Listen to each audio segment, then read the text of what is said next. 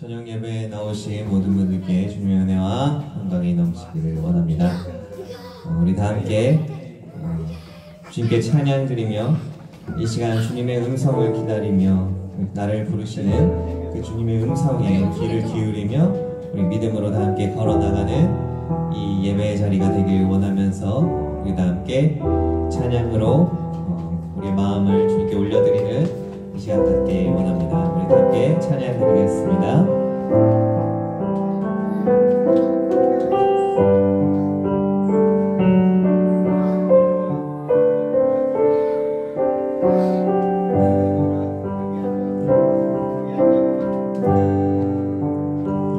나의 주님께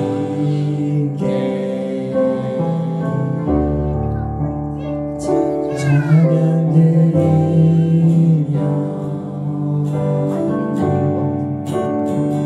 그 크신 사랑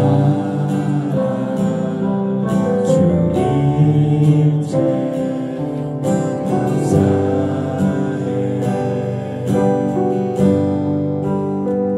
어둠 속에 찾아오셔서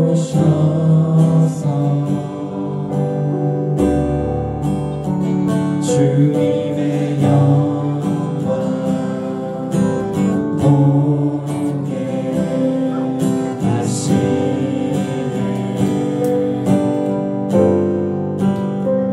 의심하는 나를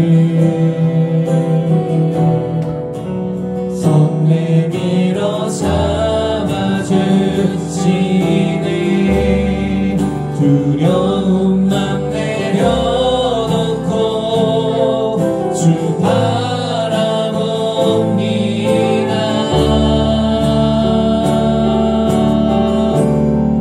주님을 보게 하소서. 나를 붙드소서.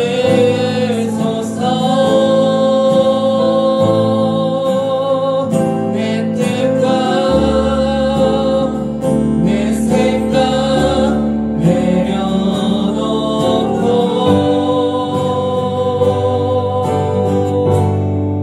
주님 앞에 나 엎드려 주의 음성 기다리니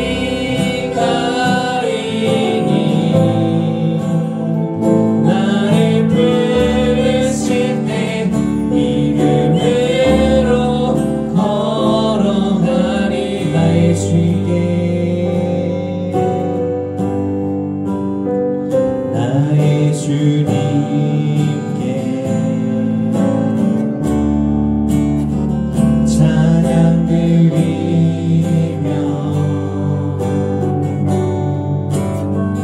그 크신 사랑 주 임재 감사해. 어둠 속에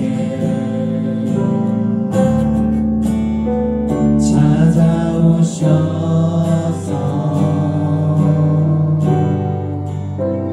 주님의 영광 보게 하시네. 의심하는 나를 손 내밀어 잡아주시네. 두려움만 내려놓고 주 바라봅니다.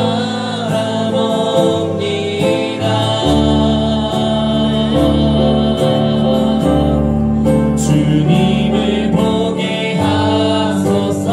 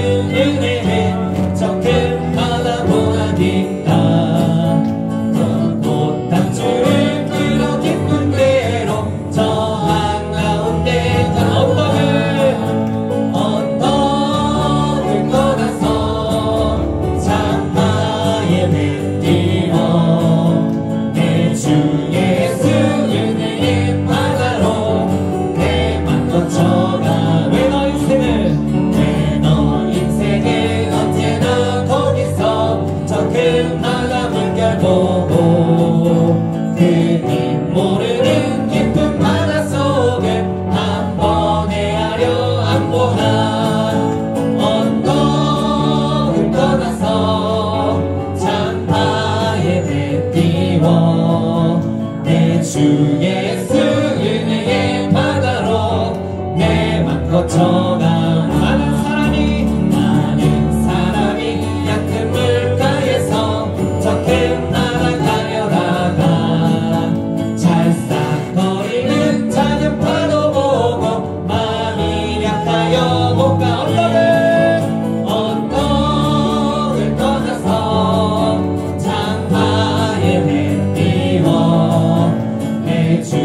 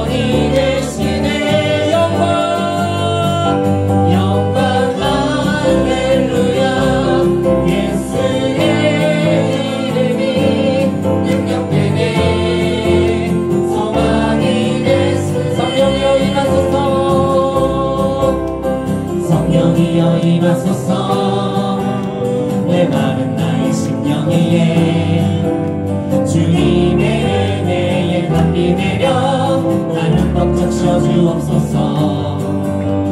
주의 권세 주의 능력 지금 이 시간 임하셔서 악한 권세 모두 깨뜨리고 주님 나라 임하소서. 영광 할렐루야. 예수의 그 피가 내게 승리 주네 구원이 되시네.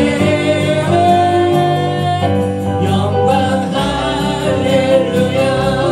예수의 이름이 능력되네 소망이 되시네. 영광 할렐루야. 예수의 그 피가 내게 승리 주네 구원이 되시네. 영광 할렐루야.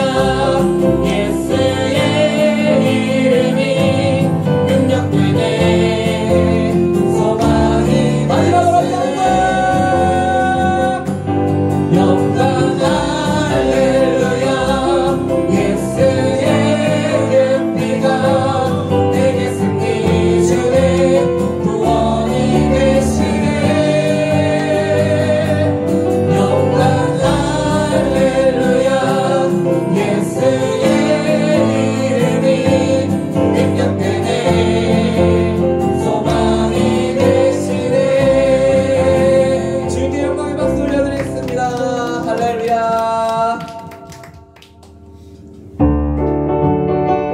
우리 함께 기뻐해 찬양하겠습니다.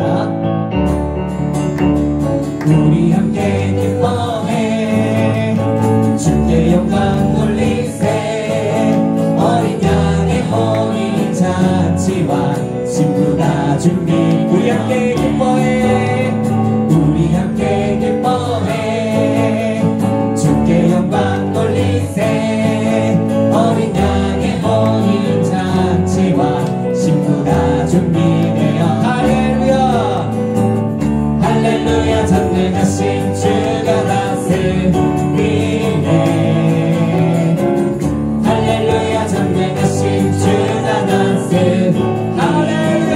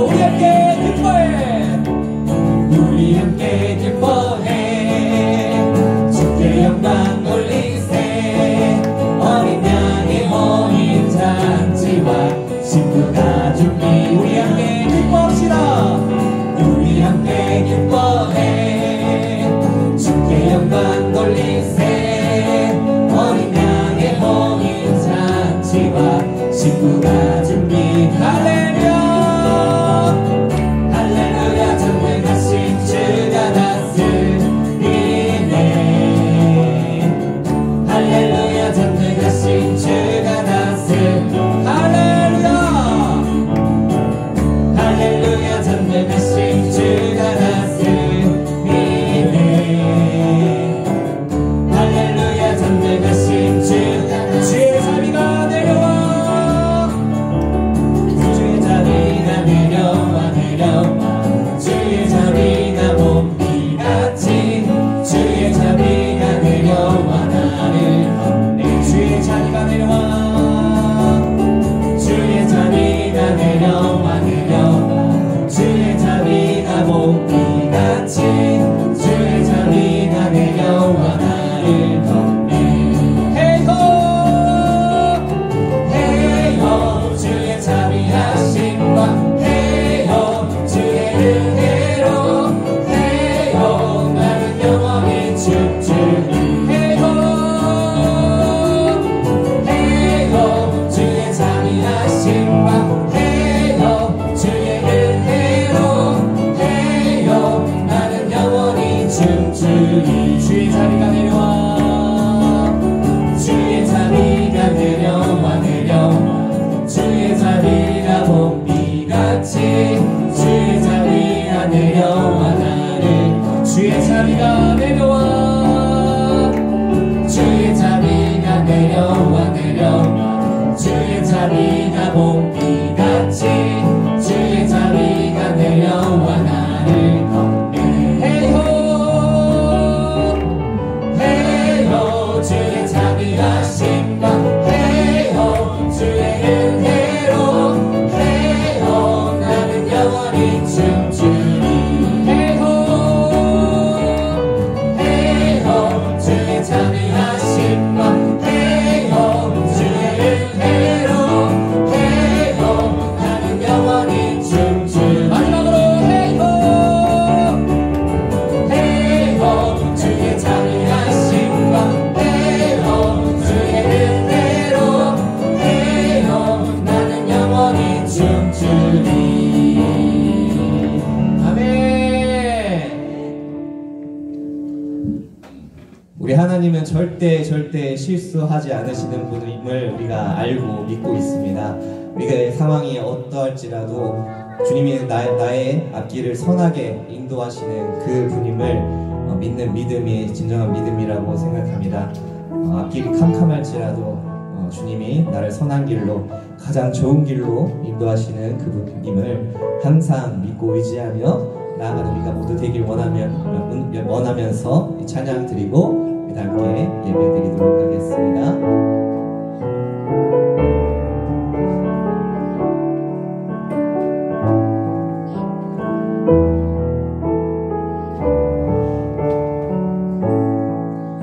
내가 걷는 이 길을 혹구어도 늘 수가 있어도 내 심장이 울렁이고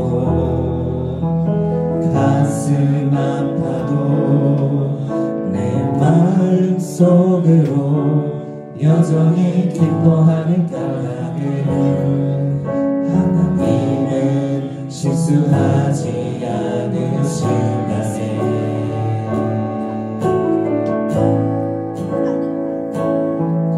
내가 새로운 계획이 꼭 빗나갈지 모르며 나의 희망 덧없이 쓰러질 수 있지만 나 여전히 인도하시는 주님을 신뢰하는 까닭은 주께서 내가 가야 할 길을 잘 아시니세.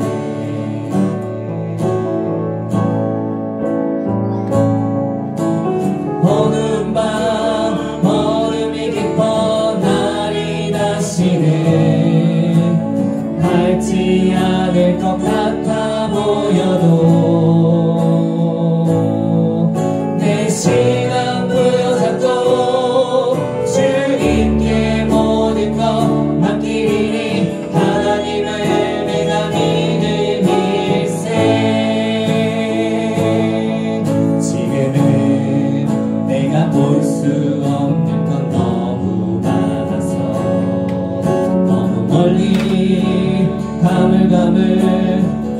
어른거려도 운명이여 오라 나 두려워 아니하리 만사를 주님께 내어 맡기리 차츰차츰 한계는 거치고 하나님 지으신 빛이 뚜렷이 보이리라 가는 길이 온통 어둡게만 보여도 하나님은 실수하지 않으신다네 내가 걷는 이 길이 높고 도는 수가 있어도 내 심장이 울렁이고 가슴 아파도 내 마음 속으로 여전히 기뻐하는 까닭은 하나님은 실수하지 않으신다네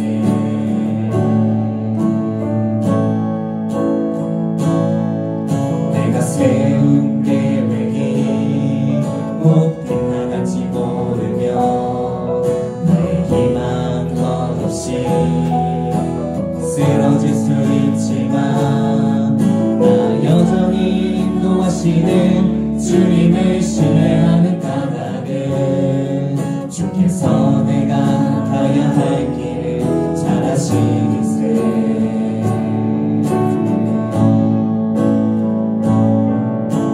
어두운 밤 어둠이 퍽날이 나시는 닳지 않을 것 같아 보여도 내 신앙 부여잡고 주님께 모든 것 맡기리니 하나님을 내가 믿음일세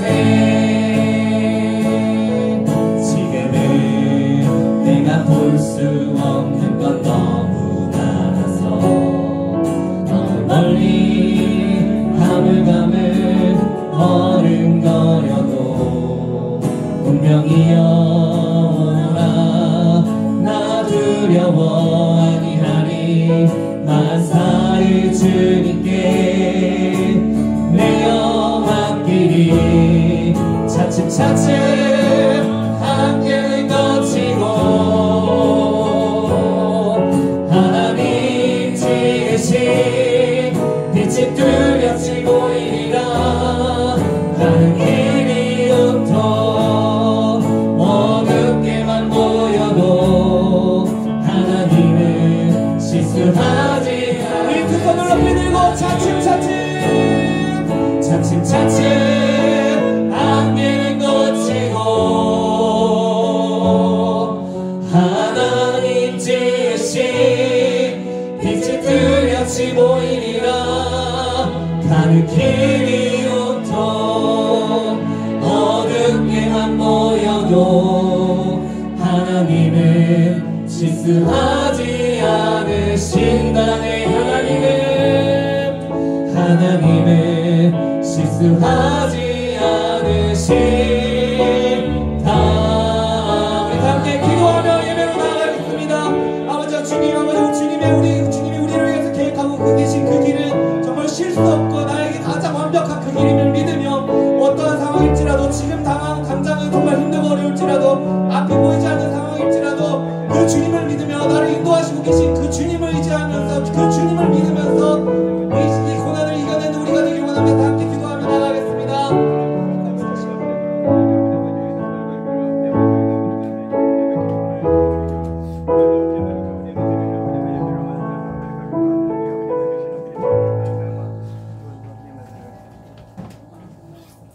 우리 다같이 사도신경 하심으로 신앙 고백 드리도록 하겠습니다.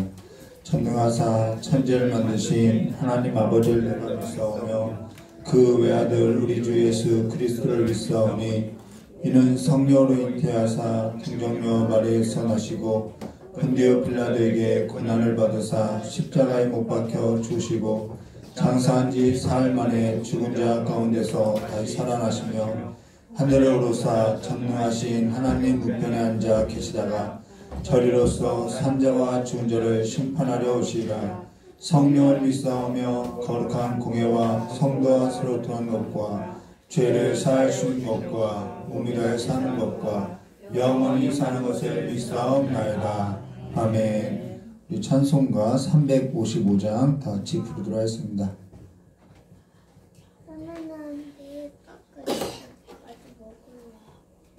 찬송가 355장입니다.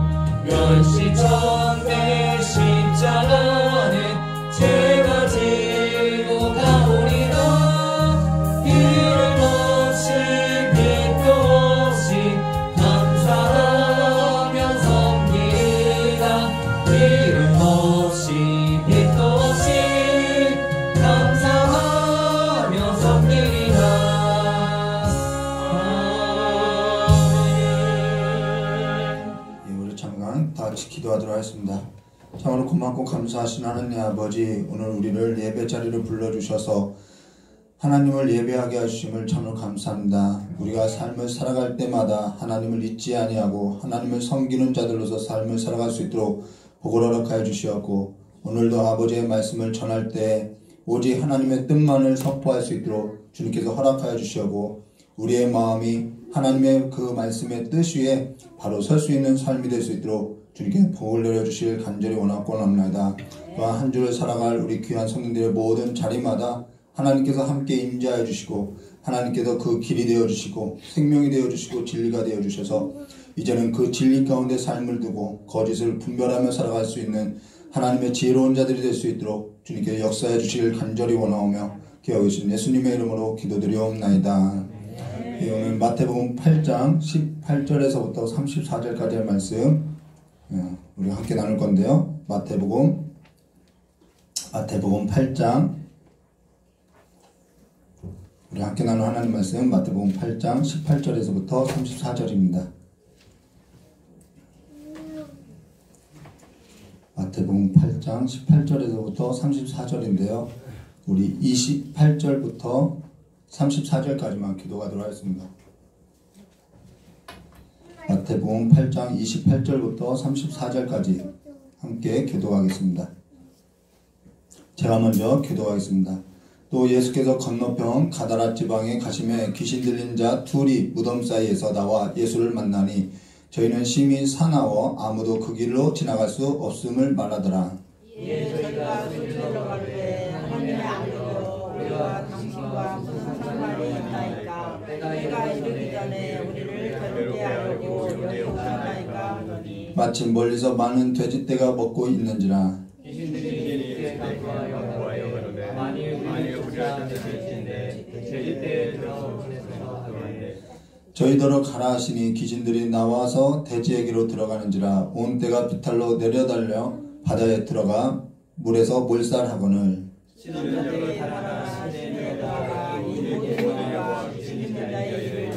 함께 했습니다. 온 시내가 예수를 만나려고 나가서 보고 그 지방에서 떠나시기를 간구하더라. 아멘. 오늘 마태복음 8장 18절과 34절의 말씀을 가지고요. 떠나시기를 간구하더라라는 제목으로 우리 함께 나누도록 하겠습니다. 우리가 지난 시간에 예수께서 산에서 내려와서 한 나병 환자와 중풍병으로 누워있는 한 백부장의 노예와 열병에 걸린 그 베드로 장로를 고치는 일에 있어서 우리가 함께 나눴죠. 이것은 예수님께서 우리에게 어떠한 사역을 하시는지 우리에게 잘 보여주고 있는 거죠. 근데 여기 또 세 가지 치유 사건을 각각의 의미도 있으나 우리가 사실 지난 시간에 이 세 가지 치유 사건에 있어서 하나의 이야기로서 이렇게 함께 나눴는데요. 오늘도 우리 또 함께 나눌 건데요. 오늘은 우리가 함께 나눌 것은 뭐냐면은 지난 시간에 예수님께서 우리에게 어떠한 일을 행하셨는가 이 세 가지 사건으로 보았다면은 오늘은 우리가 그 예수님을 어떻게 따라하는가 이 제자도라고 하죠. 이 마태가 전하는 그 제자가 뭔지 예수님을 따른다고 하는 그 삶이 뭔지 우리가 하나씩 이 세 가지 이야기를 통해서 나누도록 하겠습니다. 18절 말씀 보도록 하겠습니다. 예수께서 무리가 자기에게로 에워싸는 것을 보시고 건너편으로 가기를 명하시니라. 여기 예수께서 치유사건, 앞서서 그 치유사건으로 인해서 무리가 많이 에워싸는 것을 보시고 건너편으로 가기를 명했다는 거예요. 근데 사실 저 같으면은 무리가 따르고 이렇게 에워싸면은 가지 않을 것 같아요. 이 사람들 틈바구니에 껴서요 이렇게 인정받고 높임받는 것이 사실 즐거움이 있거든요. 그래서 저는 가지 않을 것 같은데 근데 이상하게도 예수님은 이와 같은 자리를 계속해서 피해 다닌다라는 거예요. 거하시질 않아요. 자, 그러고 나서 뭐라고 하냐면 건너편으로 가기를 명하시니라 라고 할 때 이 건너편은 가다라 지방이라는 거예요. 근데 이 가다라 지방이라는 것은 가버나움에서 가다라 지방을 말하는데 이 가다라 지방은 어디 있냐면 데가볼리라는 이 로마 행정 도시 중에 하나라는 거예요. 데카라는 것은 10개고 볼리라는 것은 폴리스 도시라는 건데요. 10개의 로마 행정도시로서 묶은 도시인데 그 한 곳이 바로 이 가다라 지방이라는 것입니다. 근데 여기 두 사람이 소개되는데요. 한 사람은 서기관이고요. 한 사람은 제자라는 거예요.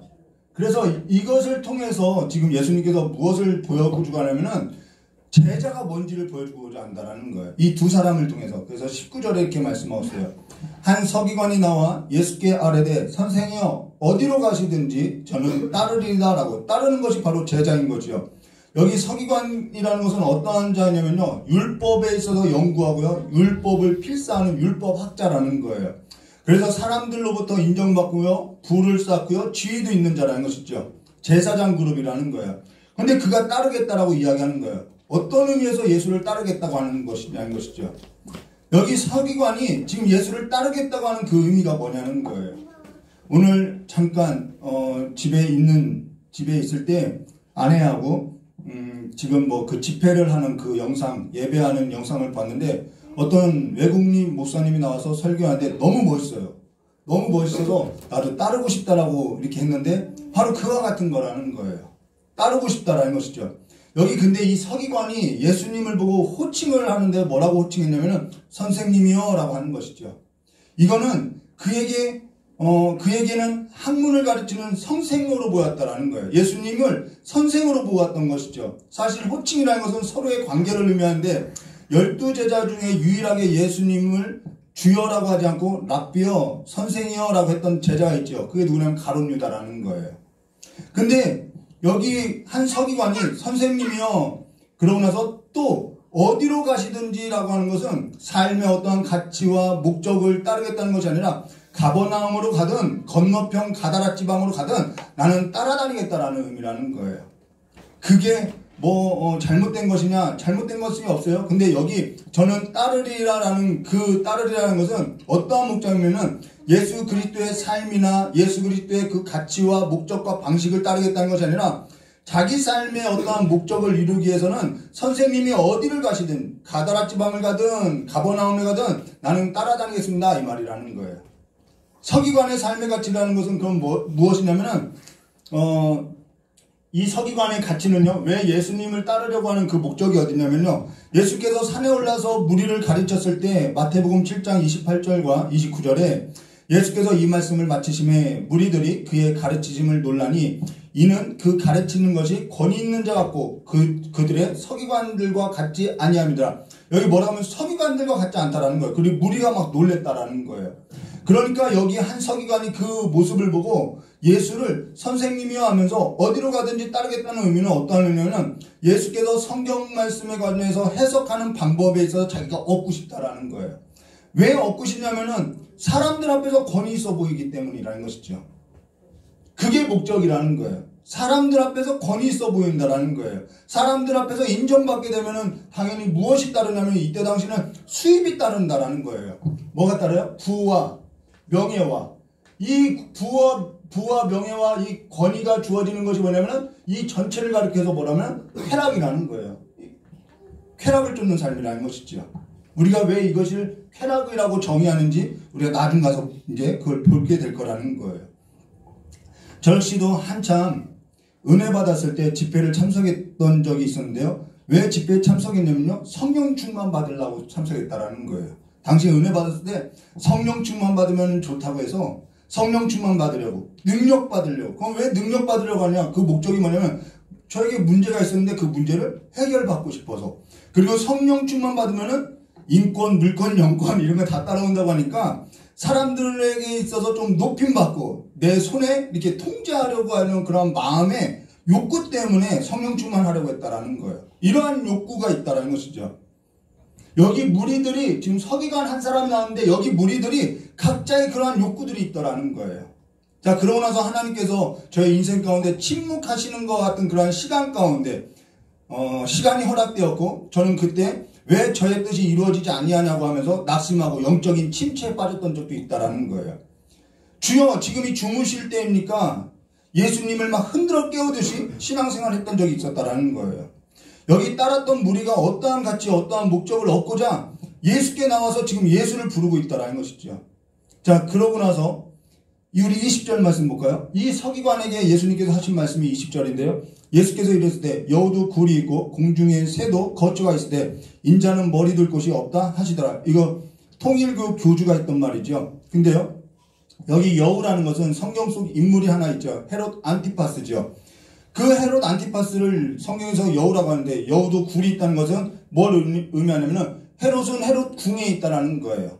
그러면 공중의 새도라는 것은 무엇을 말하면 일반 백성을 말하는 거예요.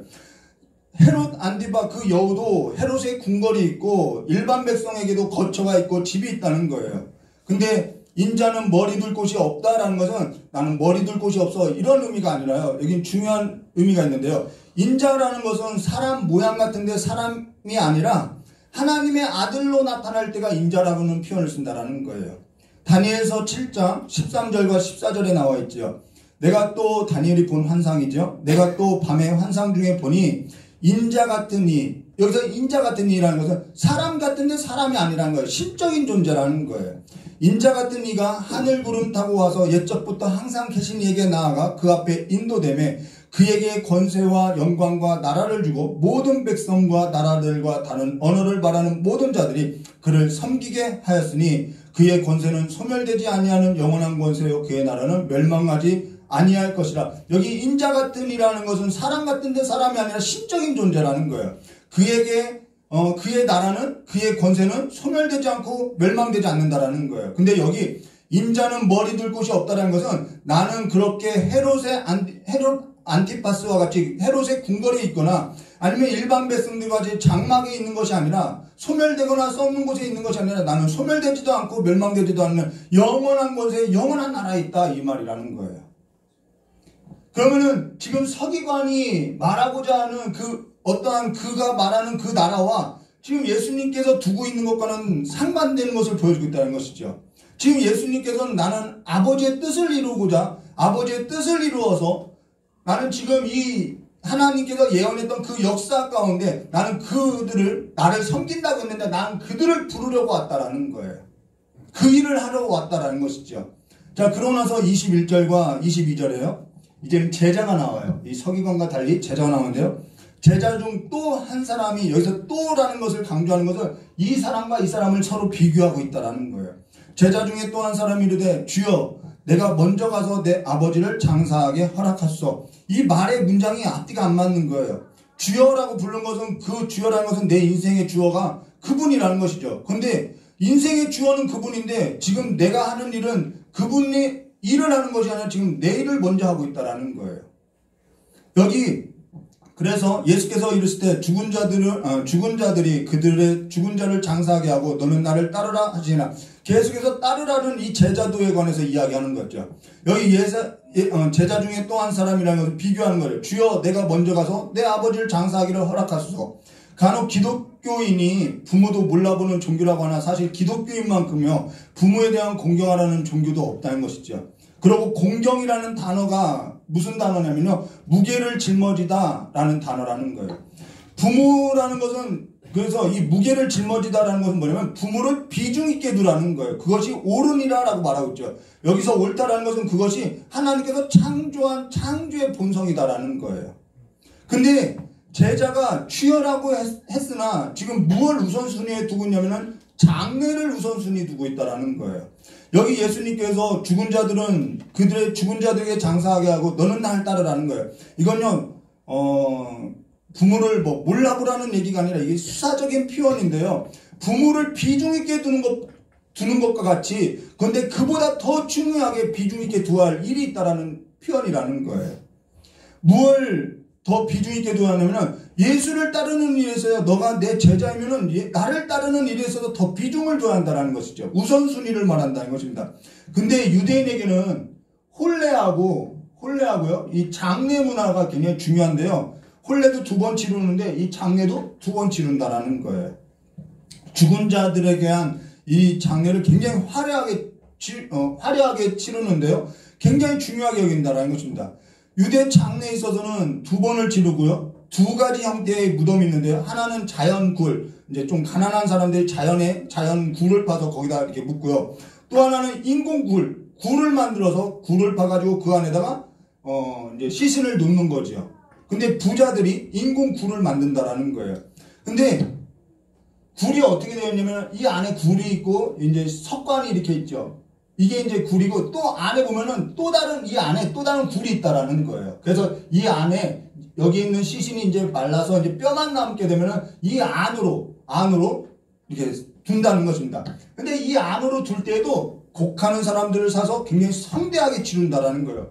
그리고 이 안에 뼈를 옮기는 걸 가리켜서 성경에 이런 표현이 있죠. 조상에게 돌아갔다. 이걸 조상에게 돌아갔다고 하는 거라는 것이죠. 근데 그와 같이 비중 있게 둔 일보다 더 중요한 것은 나를 따르는 일이라고 이야기하는 거예요. 자, 그러고 나서 어찌하냐면은, 자, 이 말을 지금 제자가 들었다는 거예요. 제자가 이 말을 듣고 나서 어떻게 하냐면요. 23절에 이렇게 말씀하셨어요. 배에 오르시면 예수님 배에 올랐어요. 제자들이 따랐더라 라고 말하죠. 제자들이 따랐다라는 거예요. 우리가 한 가지 기억해야 할 것은 뭐냐면요. 이들이 지금 예수를 따르는 길에 올랐는데 지금 이제는 예수를 따르는 이 제자의 삶으로 따랐는데 지금 뭐가 기다리냐면은 풍랑이 기다리고 있다라는 거예요. 근데 지금 예수께서 비중 있게 둔 것이 뭐냐면 한 나병 환자를 고치는 것도 아니고요. 중풍병에 걸렸던 백부장을 고치는 일도 아니고요. 열병에 걸린 그 베드로 장로를 고치는 일에 목적이 있는 것이 아니라 지금 일관되게 제자에게 목적이 있다라는 거예요. 예수님의 목적은 제자에게 있고요. 이 제자는 향후 교회가 된다라는 거예요. 예수님은 그와 같은 그림을 지금 보고 있는 거죠. 그로 인해서 지금 제자에게 이러한 경험을 시키고 있다는 거예요. 풍랑을 경험하게 하고 가버나움을 떠나서 건너가서 그 가다라 지방에서 지금 뭔가 건너편으로 가자. 왜 가야 하느냐? 뭔가를 이 제자들에게 보여주고 싶어서 지금 가게 하고 있다는 거예요. 그래서 예수님은 일관되게 누구에게 지금 관심이 있냐면은 제자에게 관심이 있다는 거예요. 우리가 이 시선을 놓치면 안 된다는 것이죠. 지금 이와 같은 모든 일에서도 지금 경험시키고 보여주는 것은 나 이거 할 수 있어 자기 능력을 과시하려고 하는 것이 아니라 오직 제자에게 뭔가를 가르치고 경험시키기 위해서 이 일을 하고 있다는 거예요. 그러면서 예수님을 따르는 길에서도 풍랑이 일어나는데요. 우리 24절 말씀 볼까요?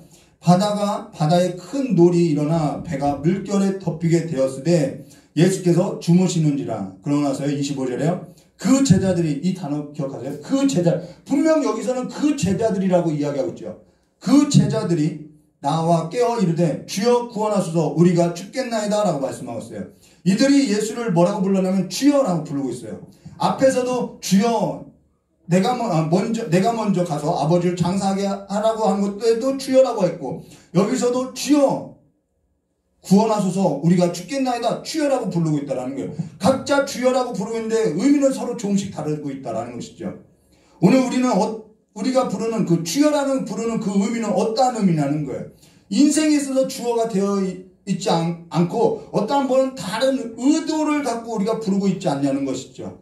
그런해서 우리 26절, 여기 26절과 27절 말씀 중요한데요. 26절과 27절 말씀 보겠습니다.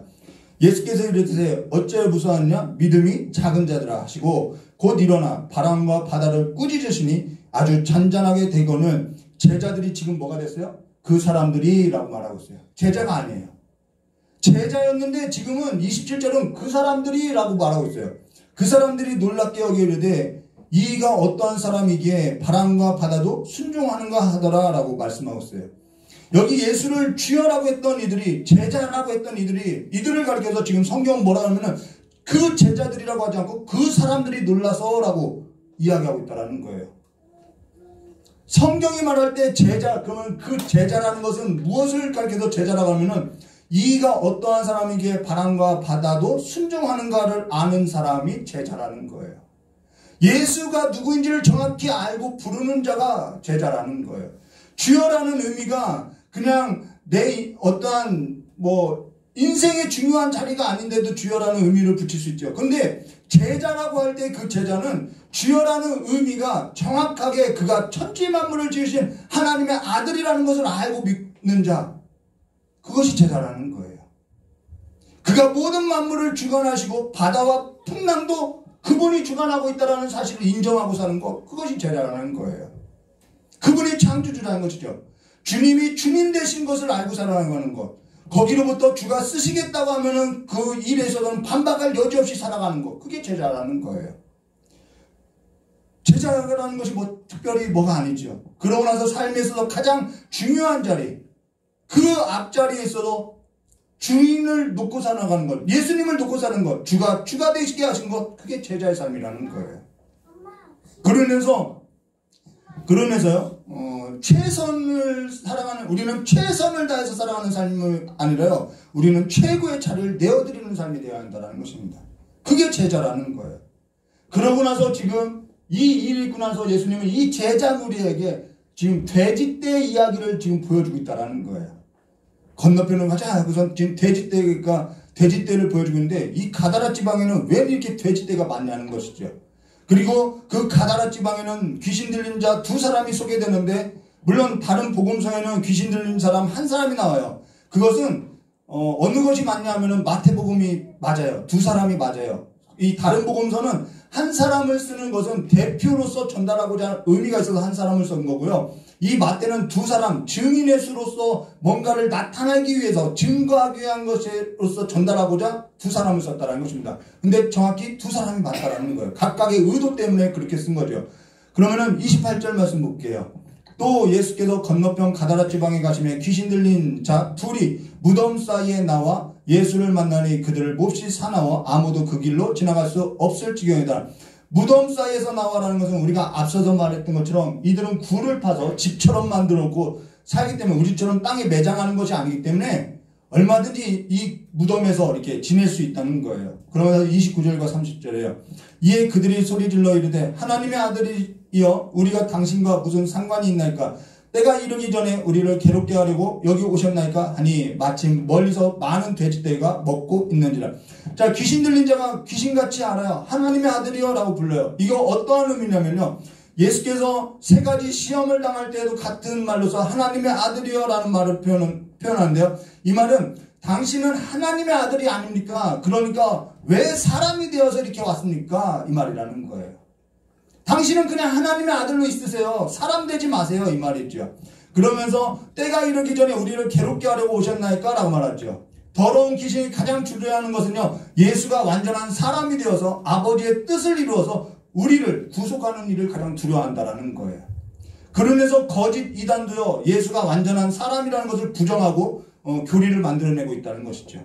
근데 여기 왜 돼지떼가 이렇게 많냐면요, 사실 유대인에게는 돼지는 부정한 것이지만은 로마인이나 헬라인에게는 돼지라는 것은요 앞에서 말한 것처럼 부와 명예와 권위를 갖다 주는 쾌락을 상징한다라는 거예요. 로마와 헬라 사람들에게는 이것은 부와 쾌락이라는 거예요. 그러면서 헬라와 로마인들은 신전에다가 신을 모셔놓고 이 돼지로서 제사를 한다라는 거예요. 가다라 지방이라는 것은 데가볼리 10개 로마의 행정도시로서 이 행정도시마다 10개 행정도시마다 각각 이 신들을 섬기는 신전이 있었고요. 당연히 신전이 있으면 그 신들에게 바쳐져야 할 뭐가 있어야 하냐면은 재물이 필요했다라는 거예요. 그래서 이 데가볼리 지방에는 돼지떼가 그렇게 많았다라는 거예요. 그러면은 예루살렘 성전에 돼지피를 뿌린 것은 유대인들에게 모독이었지만은 이들에게는 자기들이 차지했던 그 유대 땅에 자기 신에게 제사한 것밖에 되지 않는다는 것이죠. 번영을 위해서 돼지피를 제사했다는 것입니다. 쾌락을 위해서. 근데 그것이 유대인들에게는 모욕이 되는 것이죠. 그러면은 이 지역 사람들이 돼지떼를 기르며 신정 곳곳에서 부와 쾌락을 얻고자 했던 것은 이들에게 있어서 우상을 섬긴다는 것은 사실상 자기들의 욕구를 반영하는 일이라는 거예요. 우리가 우상에게 비는 것은 우리의 욕구를 반영하는 일이라는 것이죠. 근데 이 신들을 섬기는 일 중에서 또 무엇을 섬겼냐면은 로마 황제를 숭배했다는 것입니다. 로마 황제. 왜 로마 황제를 숭배했냐면 로마 황제는 신의 아들이라는 거예요. 근데 그와 대조해서 예수는 누구냐면은 하나님의 아들이라는 것이죠. 두 나라를 지금 설명하고 있다는 거예요. 어느 나라의 삶의 질서를 따를 것이냐 이 문제라는 것이죠. 그래서 31절과 34절에 이렇게 말씀하셨어요. 귀신 들린 귀신 쫓아냈고 그런 얘기가 아니에요. 귀신들이 예수께 간구하여 이르되 만일 우리를 쫓아내시려면 돼지떼에 들여 보내주소서 하니 그들에게 가라 하시니 귀신들이 나와 돼지에게로 들어가는지라 온 떼가 비탈로 내려달려 바다에 들어가서 물에서 몰살하거늘 치던 자들이 달아나 시내에 들어가 이 모든 일과 귀신 들린 자의 일을 고하니 온 시내가 예수를 만나려 나가서 보고 그 지방에서 어떻게 해요? 떠나시기를 간구하더라라는 거예요. 충격이죠. 온 시내가 예수를 만나려 나가서 보고 환영한 것이 아니라 그 지방에 떠나시기를 간구하더라는 거예요. 이게 무슨 얘기냐면요. 이들에게 있어서는 더러운 귀신 들린 그 사람이 고통하던 그 사람이 고침받은 건 중요하지 않아요. 생명을 얻은 건 안중에도 없어요. 자기 삶에 있어서 이것이 경제적인 손실이 있는 것이 중요한 문제라는 거예요. 제자라는 것은 하나님을 최고의 자리를 두고 아버지의 뜻을 이루는 그 삶에 있어서 고통하는 자들과 함께 오는 그 삶을 두고 살아가는 건데 이들의 삶에는 최고의 자리는 어디냐면은 이들이 우상을 신전을 만들었고 신을 섬기는 그 최고의 자리는 어떠한 자리냐면 돈이었다라는 거예요. 경제적 이익이었다는 거예요. 한 가지 예를 들어서 설명해 드릴게요. 전에 장애인 학교를 세우려고 제가 세우려고 했던 것이 아니라 어떤 목회자분이 장애인 학교를 세우려고 했는데 주민들이 반대를 하더라는 거예요. 장애인 학교가 들어오면은 집값, 아파트 가격이 떨어진다고 해서. 그래서 장애인 학교를 세우려고 했던 그 학교장 목회자가 집집마다 찾아가서 설득하려고 했는데 집집마다 문을 두드렸더니 그 문 앞에 무슨 교회 교패가 다 있더라는 거예요. 장애인 학교가 들어오면 아파트 값이 떨어진다고 했던 반대했던 자들이 누구였냐면 어떤 교회 장로, 어떤 교회 권사 다 그러한 분들이더라는 것이죠. 그게 제자가 아니라는 거예요. 그게 제자가 아니라는 거예요. 오늘날 가끔 이런 얘기를 해요. 북한 통일, 손해가 얼마인데 지하교회 성도들은 보이지 않는 거예요. 저는 북한하고 우리나라가 통일돼야 한다, 통일되지 않는다 그걸 얘기하는 것이 아니라 지하교회의 성도들을 한번 생각해 보자는 것이죠. 오늘 우리가 예수를 따르기로 할 때 이와 같은 풍랑과 이와 같은 파도가 이와 같은 반대가 없을 수 있느냐? 있다라는 거예요. 사실 누가 더러운 귀신 들린 자냐? 여기 두 사람 무덤 가운데 살았던 그 두 사람이 귀신 들린 자가 아니라요.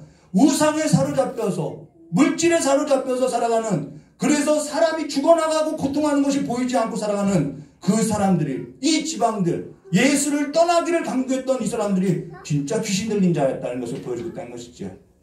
오늘 예수로서 예수의 영으로서 사로잡힌 제자로서 살아가는 삶이 되시기를 주님의 이름으로 축원합니다. 같이 기도하도록 하겠습니다. 고맙고 감사하신 하나님 아버지, 우리가 세상의 영을 받은 것이 아니라 예수의 영을 받았고 하나님의 나라를 상속받을 자들이 오니 우리가 삶 가운데서 하나님과 함께 살아가는 그 지혜로서 하나님과 함께 살아가는 그 능력으로서 살아가는 삶의 모습을 보여주고 나타내는 귀한 제자의 삶이 될 수 있도록 주님께서 복을 내려주시었고, 이 천지와 만물이 다 하나님의 것이고 하나님께서 창조하셨음을, 그리고 이 모든 만물이 다 하나님의 경영에 있음을 고백하고 살아가는 귀한 삶이 될 수 있도록 주여 복을 내려주시길 간절히 원하오며 기억하 계신 예수님의 이름으로 기도드리옵나이다. 우리 찬송가 350장 부르고 잠깐 기도하고 축도로서 예배를 마치도록 하겠습니다.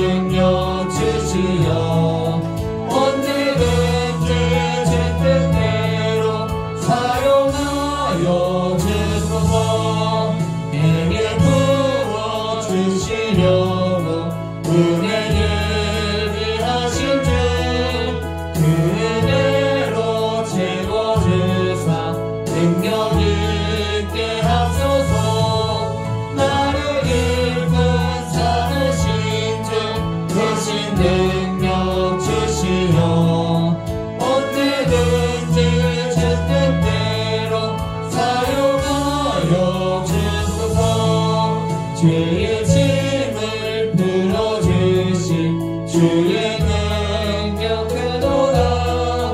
나를 비로소 하신 예수 내 맘속에 없어서 나를 일군 삼으신 주 크신 능력 주시며 언제든지 주 뜻대로 사용하여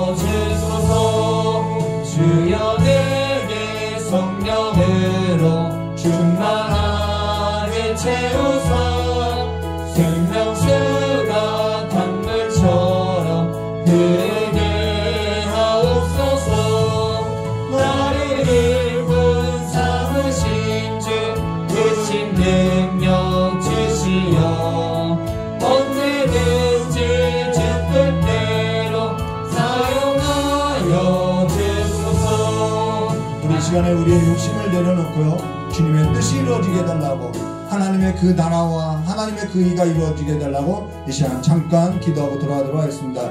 좋으신 하나님 아버지, 우리의 삶 가운데 우리의 마음이 세상의 영으로서 육체의 욕심을 따라서 살아가는 아버지 이 세대의 풍조로서 살아가는 삶이 아니라 주님의 영이 거하고 주의 성령이 거하는 하나님의 전으로서 하나님의 나라와 하나님의 통치와 하나님의 질서가 이루어진 삶으로서 일어설 수 있도록 성령으로서 함께하여 주시었고, 이제는 진리와 거짓과의 그 어두운 싸움 가운데 이제는 우리의 삶을 분명히 하여서 진리편에 서서 하나님의 나라의 그 삶을 살아가는 귀한 삶이 될 수 있도록 주여 역사해 주시길 간절히 원하고 합니다. 눈을 어두웠던 눈을 밝혀주셔서 우리의 삶 가운데 밝히 진리를 따르는 삶의 걸음을 나갈 수 있도록 주여 역사해 주셨고, 지금도 우리의 삶 가운데 어둠에 사로잡혀서 고통하는 이들에게 주의 복음을 하나님의 그 아들 그 예수 그리스도의 장밋을 전하는 귀한 삶이 될 수 있도록 주여 역사해 주시길 간절히 원하고 합니다.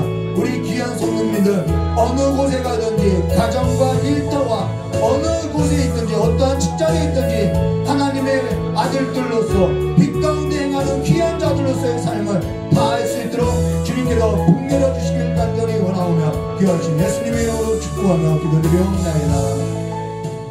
좋으신 하나님 아버지, 우리의 삶 가운데 빛이 있으라고 명하셔서 우리의 삶 가운데 참 빛을 주시고 그 빛 가운데 행하는 삶으로서 우리와 함께 하시니 우리가 또 한 주를 살아갈 때 빛 가운데 행하고 빛의 아들들과 같이 삶을 주님과 함께 나누는 삶이 될 수 있도록 주여 역사해 주실 간절히 원하옵곤 합니다. 어둠 가운데 사로잡혀 살아가는 아버지와 그들의 삶 가운데 빛이 되게 하시길 간절히 원하오며 기어오신 예수님의 이름으로 기도드리옵나이다.